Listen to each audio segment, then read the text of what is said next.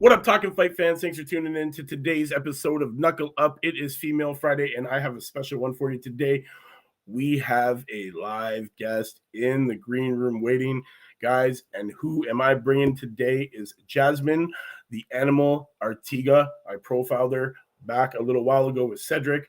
This super flyweight is ranked 3 out of 12 in the United States, 36 right now out of 163 in the world. And she is coming off of a wonderful unanimous decision win, and we are going to talk to her about this and what's coming up for 2023. So, you know what? We're not gonna wait anymore, guys. We're just gonna bring her in right now. We're bringing Jasmine. Jasmine, welcome. How How's are it you? going? Good, I'm great. good. I'm great. Thanks for taking the time out to come and talk to us today here at Talkin Fight. It's gonna be a great little talk, man. I know you love talk boxing. I love talking boxing. So we're definitely just going to get right into it. We got some fight clips that we're going to show the fans of, you doing what you do best. And that's laying people down and and winning. So I'm excited. I'm excited. Yeah, We're going to get right into Thank you for having me on. Definitely. I stumbled upon you a little while ago. I've been watching your career, over the last couple of years. And definitely you did get a late start into boxing. Let's start there. So I started boxing at the age of 21 years old. I grew up in a boxing household. My dad boxed when I was a kid, and I grew up watching boxing, but it was never, women's boxing was never something that was big growing up. So I dabbled in every other sport. Grew up playing circuit USTA tennis, did dancing, ballet, tap, jazz as a child, and then teenage years got into tennis. Picked up basketball in high school. Started on the team, didn't know anything about basketball, but I was fast and could steal the ball. So, they put me on and played flag football. From flag football, I actually went into playing for the LFL. I don't know if you've heard of the Tampa Breeze. The Laundry Football League was on MTV. Yep. I did that right out of high school and did that for 3 years. But then I figured, I wanted more out of sports. And I just kind of fell into boxing. I sparred a girl and my dad liked what he saw. And from there, we kind of he actually texted me when I was working in the, at Carrabba's at a restaurant. And he told me, he's like, I can make you world champion. And the one thing about my dad is he does not lie. He'll never blow smoke, So I know if my dad's saying I could do something, this is something that I can do. And from day one, the goal was world titles. From day one, the day we started, it was never let's see what we could do in boxing. It was we're going to be a world champion, and this is and we're just going to go from there, and that's how we started. Yeah, that's amazing. So you didn't really have much of an amateur career, did you? No, I had 10 amateur fights. 10 amateur. Okay. Yeah, all my experience comes from sparring in the gyms. Since the day I started, I don't think I've ever missed sparring 2 times a week. Wow. We spar twice a week, fight or no fight. It's nonstop. And you spar heavier women too. I've heard you spar the 154s, 160. Yeah, we've sparred heavier women. It's not something we like to do just because it's a different, it's a slower pace. It's it just doesn't. Our sparring we like to mimic what I'm gonna see in the actual ring. So you'll never see me sparring somebody that's 5'11". It doesn't make sense, I'll never see that at 115, 112. Right. So yeah, I've been in there. If it is with women, it's bigger. Can never get the smaller ones in there with me, and just maybe it's the power. It's just sparring, but I always say why not? Iron sharpens iron, But to each their own, So how did you eventually put these gloves on? Did you have them on before you were 21, or was 21 the time that you just? I grew up hitting a heavy bag. Okay. I used to go in the garage and hit a heavy bag, and so maybe power was developed through just hitting a bag, but actually training, and I started at 21. Wow, that's crazy. What a late start to it. So your father was involved in boxing. He was a pro boxer. He was an amateur. He never went pro. He actually went out to California and the Vegas area. He did that for a few years. I believe he was with the Goosens and was in there with Michael, not sparring with Michael Nunn, but He trained alongside of Michael Nunn and Roger Mayweather and those guys out there. But he came back to Tampa and started a family. Right on. I truly believe in my heart, if my dad, he was trained by Jimmy Williams that trained Antonio Tucker. But I truly believe in my heart of the stories and stuff and just, know my dad. I believe he would have been a great world champion if he would have followed through. So that's the goal he's got for you. He sees it in you. He's your head trainer right now? He's my only trainer. Only trainer. Excellent. Yeah. So I was reading some articles. You felt that your career was kind of like starting to stale out there and you were kind of getting stuck until you met Peter Kahn. Can you explain that? Yeah, definitely. I was doing local shows and, there's only so far you can go when, my dad's been out of the boxing circles for years, like over 20 years. So, he knew that we needed, I'm an elite fighter. So we knew we couldn't get that job done in Tampa. So, hooking up with Peter Kahn has been the best thing for my career. Best manager in the game, I'm lucky to have him and we're moving accordingly, Right. So what's the end goal? Like what's the goal for this year? Like how many times do you want to fight? How many times do you think you're gonna fight? By the end of the year, I definitely want the WBA title.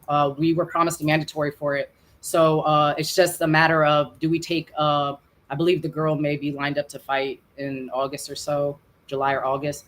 So give me 1 second. So we're looking at, I want to fight before then. I don't want to wait till September to fight. So maybe a tune-up fight or, something to stay fresh before the end of the year. But definitely by the end of the year, we want that WBA title in our hands, and we will have it in our hands. Yes, and I love that confidence. Not to mention, I will be the only world champion out of Tampa, Florida. Actually, the Tampa area. St. Pete, all that. To me, that doesn't count. Tampa. I'm a native Tampa. The world title belt will be here in Tampa, along with all the other ones down the line. I love it. So do you find it hard to find competition at this point, or do you find it hard to find fights, or? That's not my job to do. But since working with Peter, everything's gone so smooth. So what he says goes between him and my dad. They're a tight team. They work great together, and I focus a lot on the training. I try not to get too involved with the management type of stuff and what they got going on behind closed doors. So they like to keep my mind strictly on training. So I do my part, they do their part. Right. So you also in your spare time, you also you do classes for kids and stuff like that. Right? Yeah. I run a women's fitness boot camp. I do fitness programs. My kids' boxing clinics are probably the biggest, or to me, the most important. That's my thing with boxing is I believe my purpose in boxing is a lot bigger than just, stepping in that ring. And it's all about purpose. I believe living for purpose and being an impact on the youth, because they are our future. So even after boxing, one of my main things is I just want to be an impact on the kids, because they need an influence, especially in this crazy world, Right. What do you think the biggest challenge is that you face today in boxing? Not only just as like in boxing, because it's a very political game, but as a woman, what are some of the biggest obstacles that you face so far?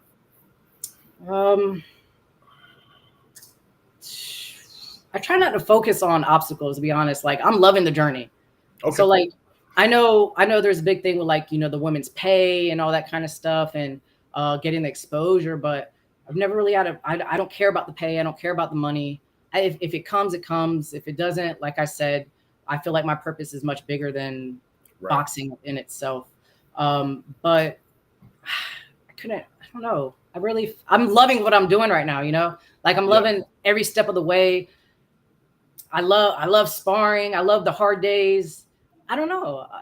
I never really stopped to think of what challenges are.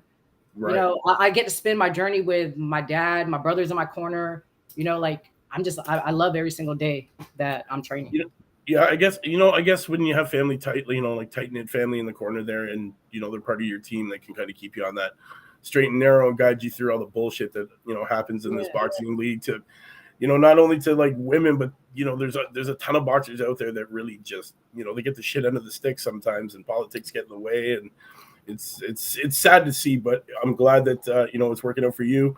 And you got the proper people in your corner, and now the great manager behind you, pushing you, and taking you to that next level. What run us through a day in training, like prepping for a fight? What's your camp look like? How long does it go? When do you start your day? When do you end it? So every morning, whether I'm in camp or not, I wake up every morning. I do 4 to 5 miles. That's how I start my mornings. And then from there, midday, me and Dad will hit like technical work in the gym. We do that about 4 times a week. I spar, like I said, twice a week. When I'm in camp, we up the sparring as rounds.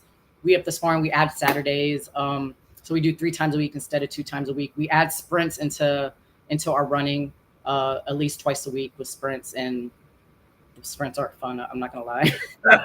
I was gonna ask you. What's the part of training you don't like?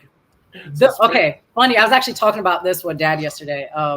If I could take one thing away from training that you told me I don't ever have to do, you're gonna laugh. It's like probably the jump roping. I hate jump roping. I really hate jump roping. Like if you could just take that and throw it away, like I definitely would. But I jump rope 20 to 30 minutes, so maybe that's why.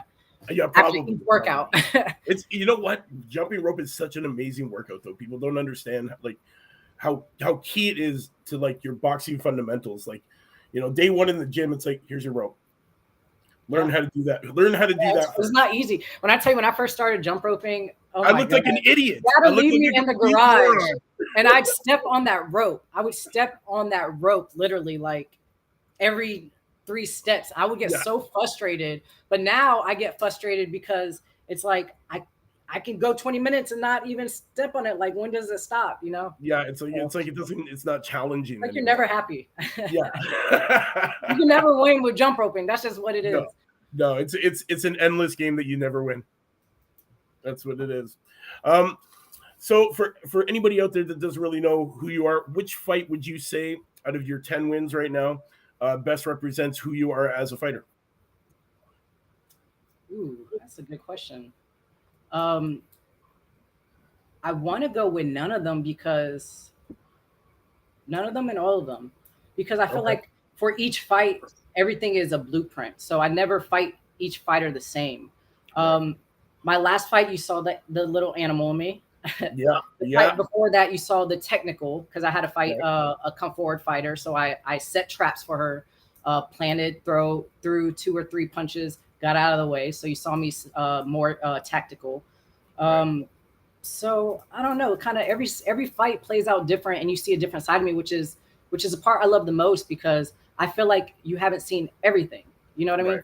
Like all together in one. So like when I can fight somebody and then all of it gets to come out because I have to like switch something, or like, I think that might be my best performance. But yeah, the last fight I was a little more aggressive. I was hometown, so I was trying to put a show on.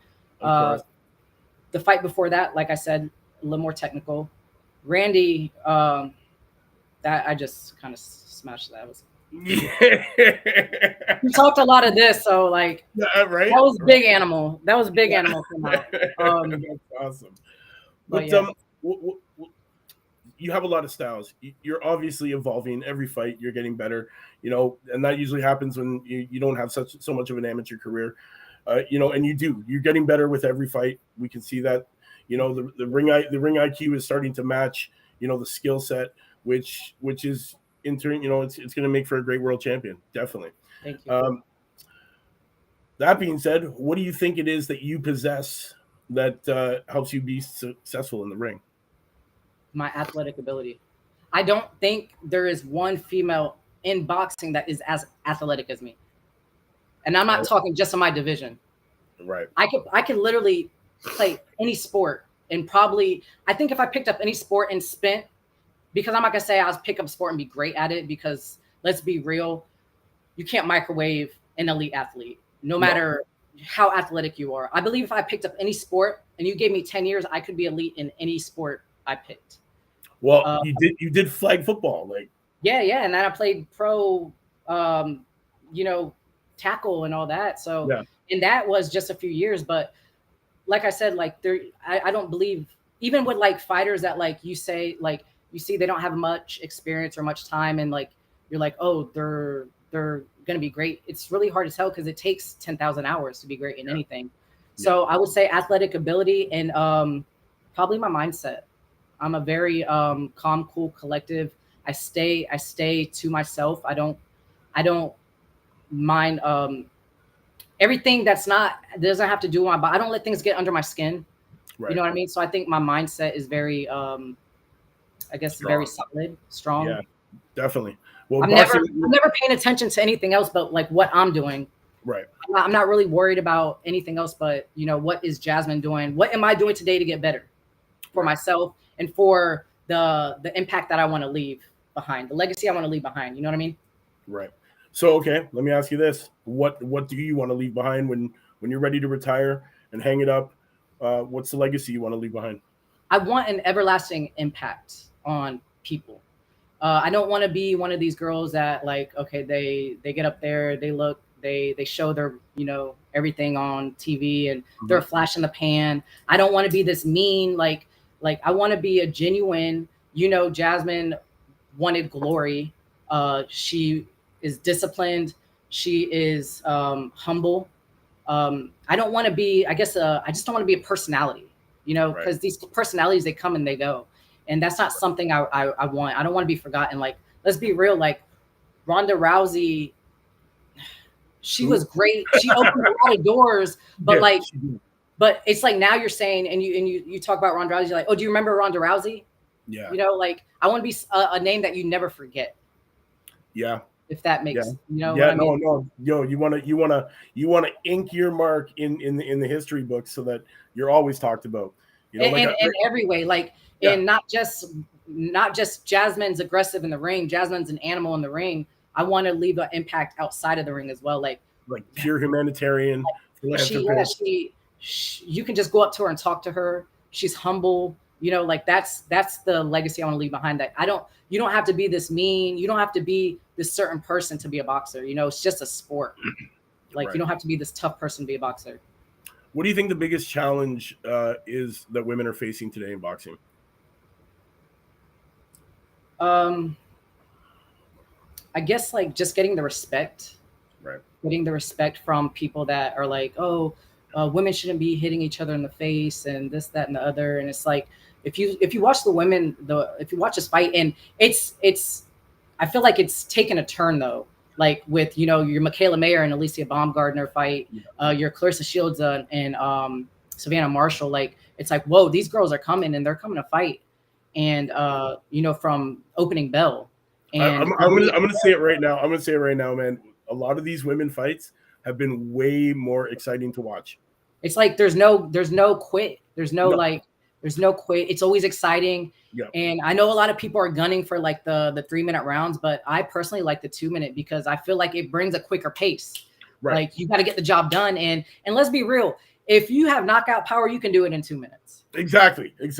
I mean, look at Amanda Serrano's record. You have big knockouts. Look at Amanda Serrano's record. She's got 40-some fights and 30 knockouts. Yeah. So it's like, if you have the power, you're going to put them to sleep. You're going to put them down. You know what I mean? Yeah. What, so do you want to be loved or do you want to be feared?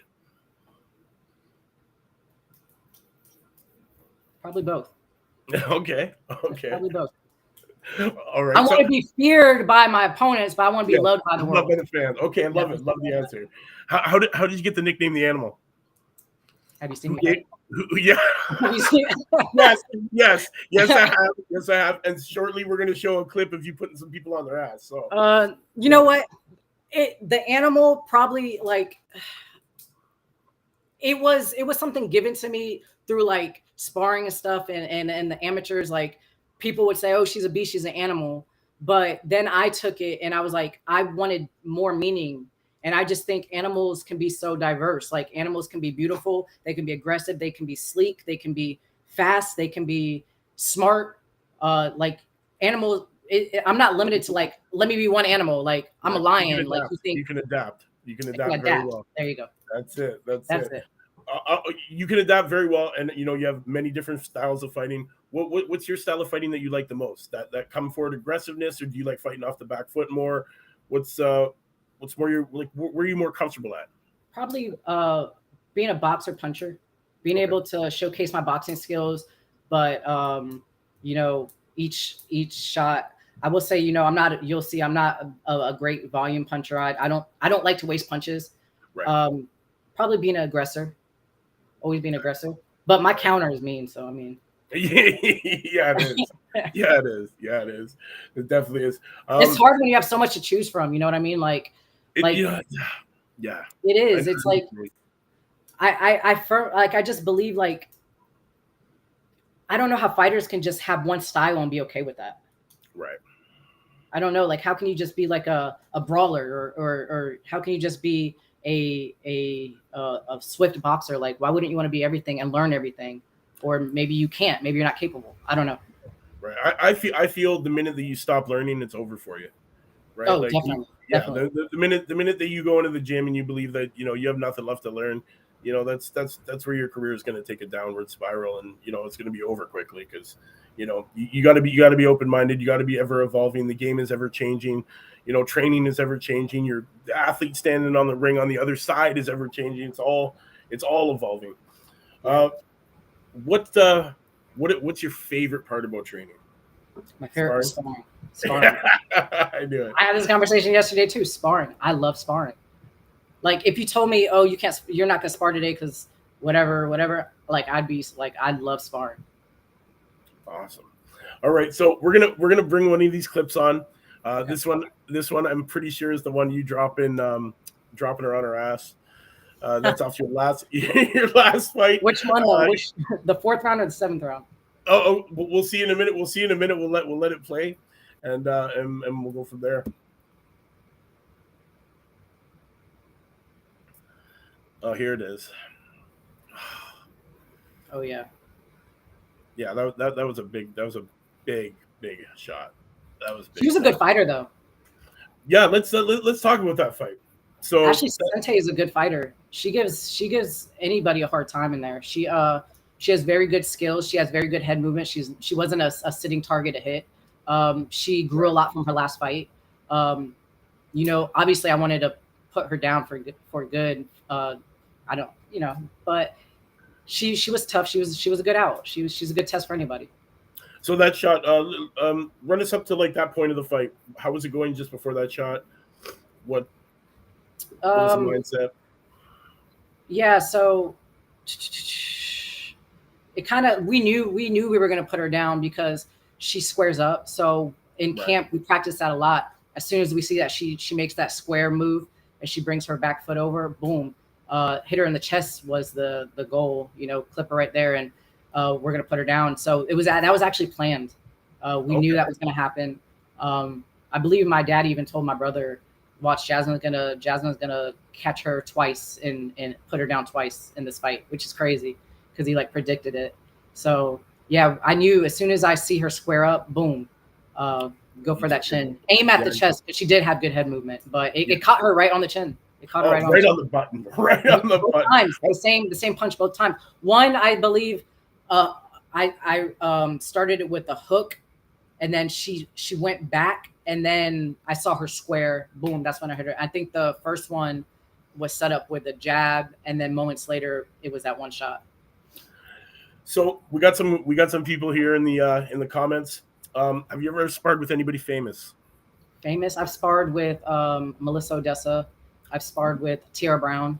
Great sparring. Both. Actually, Tiara Brown, me and her, we chop it up all the time. She's awesome. She's a great role model for women in boxing. Also a police officer. That's awesome. That's amazing. That's a full-time job right there on top of boxing. She's dedicated. She's definitely dedicated. I believe she's very avoided. Oh, most definitely. Most definitely. She's one of those top girls. And it's sad when you get fighters that are avoided. Like, look at Gary Russell. Like, come on, such talent. He's great. And it's like nobody wants to fight him. He's fast. I know. He's so quick. His highlights are just, it's swift, man. Swift execution of great boxing skills, man. But And with Tierra, I know it's probably frustrating, but I believe she's gonna get her chance. She's gonna get her opportunity, and I know she's gonna make the best of it. She's gonna show out. She's just gotta be patient, and she's a smart woman. right. She's disciplined and driven. So I believe she'll get her chance. I believe so too. I've been Yeah. pumping her for years as well, getting behind her. I get behind all these women here, and I push you guys out on this show Yes, thank you. We love it. because I believe that like you guys need to be out there. People need to see what you guys are doing because in these like small areas around the United States and the world, there's all these women just like you who like got super amounts of talent that should be like imagine in the future when these girls are it's okay to box and they're starting at 8 and 9 years old. Imagine the talent then. It's going to be crazy. It's going to be incredible. It's going to be incredible. And we're on the verge of just calling it boxing. They're eventually going to take that women out of the title and it's just going to be boxing. You guys, women are already heading up their own cards. They're making leaps and bounds over in the Middle East with Dubai and all sorts of things. UK is phenomenal.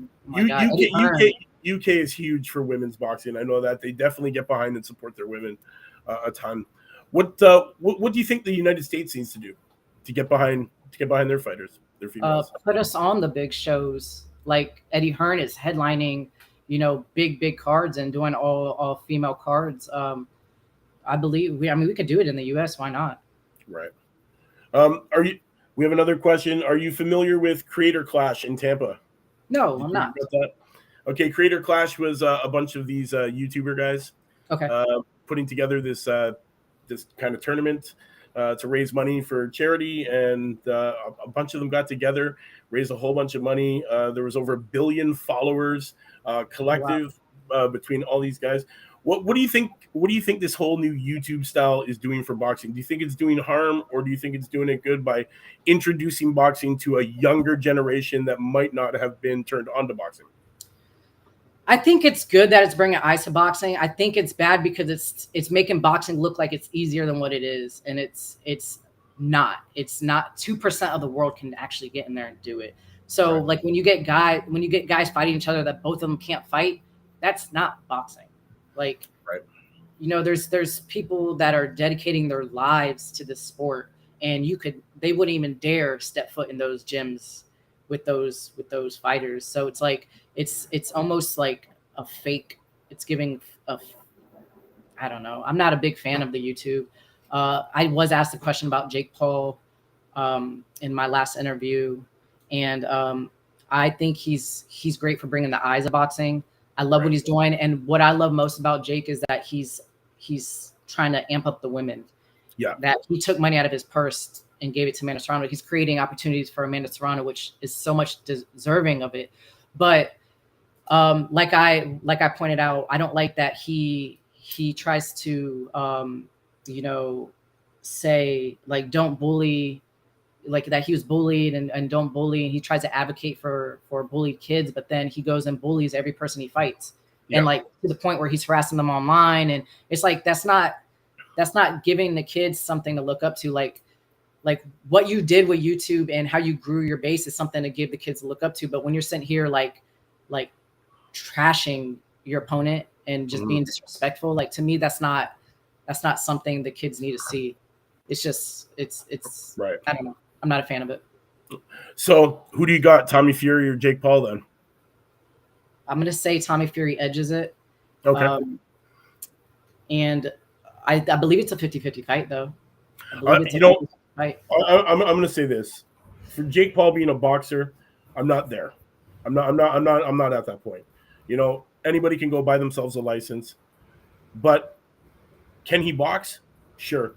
Because money will get you the training that you want. He's got an unlimited bank account. He can hire the right trainers, put the right people in his corner. He is learning as he goes. Yeah, he's learning on the job, but he's a green fighter. He's a very green fighter. So he gets in there with a boy that has 50, 60 amateur fights. They beat him. Yeah. Even less than that. He's fighting not boxers. He's growing, but he's dedicating himself that we see. but I don't know. It's all weird. I hear that. I think Tommy Fury edges him just because I know Tommy Fury is going to go in there with a game plan because of his trainer being his dad and his brother. Like, they're going in there with more of a plan. So I believe that plan is what's going to make the difference in the fight. Right. When it comes to skill set, he's got a lot of pressure on his back too. We gotta remember that. Like Tommy can't lose this one. Like no. This is what right. We've been waiting. But everybody in the boxing world that knows, they know Tommy isn't one of those elite. He's not an elite fighter. He's a green pro. Right. You know what I mean? He's a green pro with a few fights. So yeah, I don't know much about his amateur career though. So I honestly, his popularity was from reality TV. Really. Yeah, I don't know much about his amateur. I think it's a 50-50 fight. I think Tommy edges it unless he gets paid off, but I don't think that family would take money. Oh no! I don't know. They come from a strong bloodline of fight of bare knuckle brawlers, right? Like John Fury was the king of the bare knuckles. Gypsies, right? Man. I don't think they would take the dive. Honestly, I don't think Big John Fury would allow Tommy to be part of the family anymore. No, definitely not. Ego's way too big. Oh yeah. It's crazy. It's crazy. So with Jake Paul, honestly, fighter, promoter, I think he's doing wonderful things. Yeah, great promoter. Khadijah Green, great signing. Amanda Serrano put $1 million in her bank account. Ashton Sylvie, another up and coming guy. I think he's going to solidify himself in boxing more as a promoter than he will himself as a fighter, because he's never. As he should. Yeah, as he should. Once he gets in there, if he ever does get in there with a real boxer, show's over. Show's over. Yeah. We know that's gonna happen. That's probably not gonna happen. He'll probably come up with "I'm retired." Like, what is retired? It's like I go to the gym and the guys they'll be like, "Yeah, I used to box." I'm like, "Used to box." You can't consider yourself a boxer. You've not been in that ring over 400 times in sparring. You know what I mean? Like, you're not a boxer. That's how I feel about it. It's hours, man. Hours make you the boxer. I'm telling you, 10,000 hours. It's like, this is how I compare it. Even with my career, it's like when you turn pro, it's like getting, not even when you turn pro, but 8 to 10 years, right? You've been in the game for 8 to 10 years. At that point, you're going through all your schooling. It's like becoming a doctor. Then 10 years, you become a doctor. You went through all that schooling, all that. And then you get somebody like to me, Jake Paul is like a nurse. So you have this terminology that you can use with the doctors, but you're not the surgeon. You know what I mean? Yeah. But then you get your 10 years of learning and becoming a doctor. Now, as a pro, where I'm at, I've been in the game for 10 years. Mm-hmm. Now it's like, okay, I'm a surgeon, but now you get the experience of how many surgeries have you done? So now, how comfortable are you in that ring? How comfortable are you in that heart surgery versus somebody that has their first heart surgery versus somebody who has their 100th heart surgery? Right. So now that's where I'm at.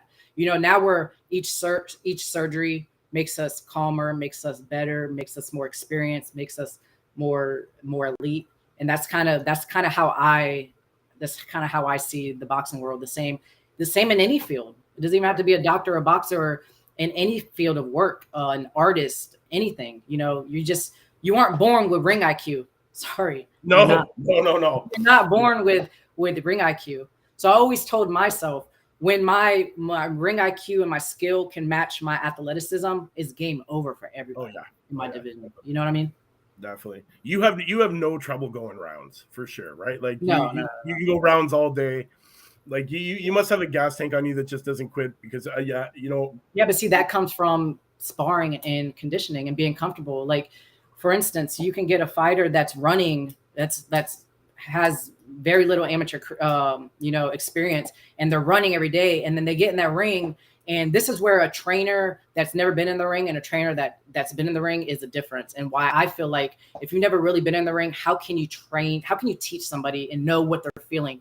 So you're running, you're doing all this road work, and then you get in that ring and you're gassed in 3 rounds, and you're saying, but how, if I've done all this road work? It's not your conditioning, right? It's your nerves. Yeah, it's your nerves. You're not used to it. You're in unknown territory. You know what I mean? So it comes in time. Like learning how to relax. And that's why you start, when you're a pro, you start with 4 rounds. Then you get your few fights where you're 4 rounds. Then you go to 6 rounds. And then you gradually go to 8 rounds. And then finally you can get to 10 rounds and then 12 rounds. Yeah. Well, 10 for us, but you know. Yeah. Yeah, get that work done shorter, right? You don't work overtime. What do you believe to be one of your weaknesses right now, and what do you currently do to improving it? Drinking cherry Coke. Eating fast food. Okay. So eating fast food. Fast food. Which I'm being good right now. You see me? What's that? Is that coconut water? No, it's green tea. Diet green tea. Okay. I thought it was some coconut water. Okay. Green tea is a good one. So fast food. You love the fast food, eh? I love fast food. I eat it 3 times a day. But you're shredded. So how many push-ups do you have to do to like work off a burger? It's honestly it's genetics. It's genetics and running. It's running and genetics. Like, come on. I've been running even before boxing. When I was 17 years old, I was in the gym. So yeah, see, like you've been living in that gym since you were an adolescent. Yeah, definitely. That's awesome. When do you think you're going to be back in the ring? When's the next fight? I'm hoping sometime like late spring. Okay. We should be getting fight news soon. So once I get that, I'll drop it. And excellent. Definitely something before summer. If not in the summer, spring, around that time. Name on the hit list right now. Who would you fight? Who would you like to pick off the list right now? I want the WBA belt, so I'm gonna go with Clara Laclara, or I don't know how to pronounce her last name. She's from Argentina. She's holding the WBA. That's what I want. I don't really go based off of names, like I told you. I don't fight off emotions. I don't get tied up in this who likes who and who's talking about who. I don't care. I don't care who the girl is. If you got the belt, that's who I want. Okay, I love it. What's sorry. So the end game, it's going to be world champion. Are we going to see it by the end of the year? Is that what you're hoping? Yes, definitely one belt by the end of the year. And then I'm going for WBC next, whatever's next from that. And whoever's holding it at that time, only time can tell. And then from collecting all the belts, defending all the belts, my all-time favorite fighter is. Okay, let's hear it. Marvin Hagler. So I loved how he defended the belts. Was it 12 times? He got the belt. He kept the belts. Took him a long time to get there. Yes, it did. For avoiding him.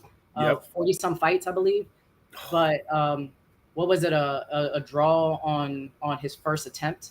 Yeah. That's not going to happen. But I like the fact that he was avoided. He was humble. He's not. He's soft spoken, but no nonsense. Right. From inside of the ring to outside of the ring, he's my all-time favorite fighter. I work closely with his son, James Hagler. Yeah, and we were talking, and he was telling a story about his dad and when he does his road work, and he runs 15 miles, not 10. Wow. And they asked why he would run 15 miles, because when you get to 10, it's all mental. You still got another 5 to go. That's why that man was so dangerous in that ring, because he was unstoppable mentally, which made him unstoppable in the ring. He was challenging himself every time he got on that road, and it's all here. A lot of it is here, which a lot of people don't understand.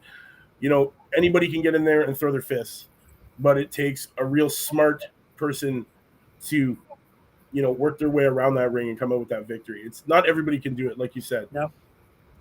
Everybody. I'm surprised. I'm surprised with all the sports that you played. You jumped into it so late, and honestly, you're developing so fast and so quick, and it's got to be because of the athleticism that you have. Definitely. Yes, and the brains behind my camp. My dad is not only a trainer; he's a teacher. When I tell you, my father, day in and day out, it drives my mom nuts. He's on this computer looking at fights, so he can go back in time and historically tell you, if I'm fighting a girl, he can literally be like, well, this matchup is like this matchup in the past. Come on, history repeats itself.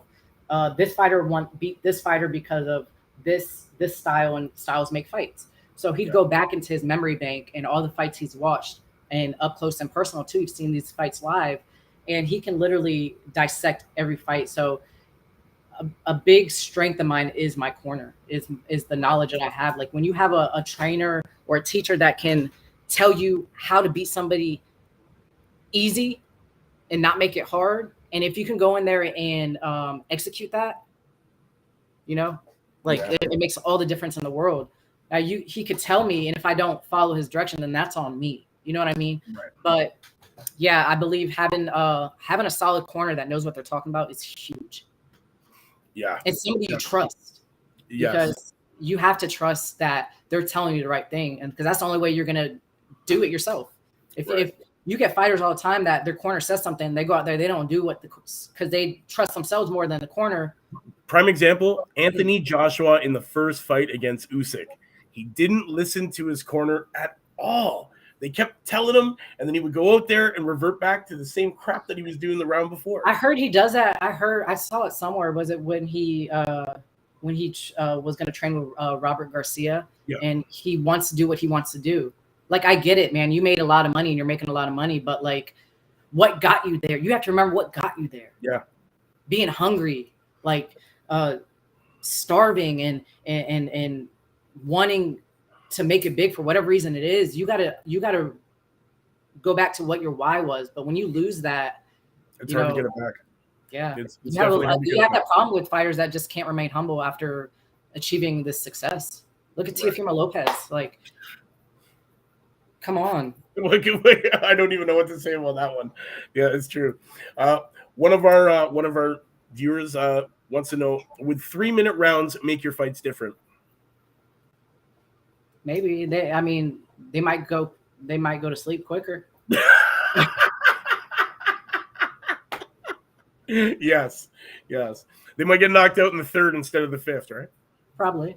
Yeah, excellent. I love it. We're not going to keep you too much longer. Just going to ask you one more question. What advice would you give to young upcoming women right now who are looking to become pugilists and follow in your footsteps? What kind of advice could you give them right now? The number one thing is be patient. Be patient and just trust the process. I know it sounds so cliche and corny, but all your great successful people say the same thing.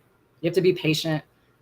Wake up every day, love what you do. The morning you wake up and you don't love what you do, you probably won't be successful at it. So just stay patient and enjoy the journey. It's fun, even the bad times, even the days you don't feel like training. It's like when you finish and you're like, okay, which I can tell you, I there's not often that I say I don't feel like training, because I do love what I do.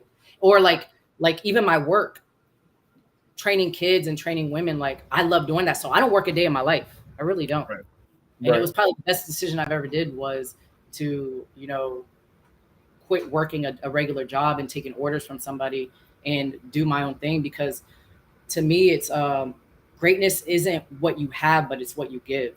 Right. And there's so many fighters that are out there and they have all this knowledge, but they're not doing nothing with it, but keeping it to themselves. How can you do that? You have all this knowledge and you're let me get to the top. Give it back. Give it to somebody that needs it. Boxing has saved so many lives, Yes. It's a beautiful sport for that. It saves lives. So why not give it back to the kids, or women or anybody or a young guy that needs guidance.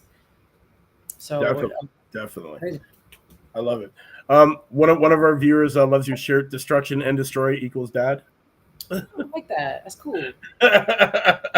I just caught it too. I caught it myself. I thought it was pretty cute. But That yeah, is man, cool. that's awesome. Yeah, man. Jasmine, I'm not going to keep you too much longer. Thank you for coming in today. No, thanks for having me. Definitely, please let all the viewers know where they can find you, find your social media, what your handles are. Yes, my main I'm most active on Instagram. So you can find me at animal.boxing. Keep it real simple. On Facebook, I have 2 separate pages. You could just Google my name, Jasmine Artiga, on Facebook, and I pop up. I think it's the Animal fan page. Okay. And then also my personal page is Jazz, J-A-Z, and then A-R-T. I kept it short. I just shortened both my first and last name. Easy. You'd probably find me typing in both, to be honest. Yeah, definitely. All right. Well, thank you, Jasmine. It's been a pleasure. Just stick around and we'll sign off, and then I'll talk to you afterwards. To all the Talkin' Fight fans, thanks for tuning in to today's special episode, Female Friday, with our girl, man, Jasmine, the animal, Artiga. Wow, great. Thank you guys for all the comments that you've dropped. Boxing listener, Eddie Barrington, Dusty Mumford, it was a pleasure. We will see you next week, same time, same channel, new female. You know what it is, man. Peace.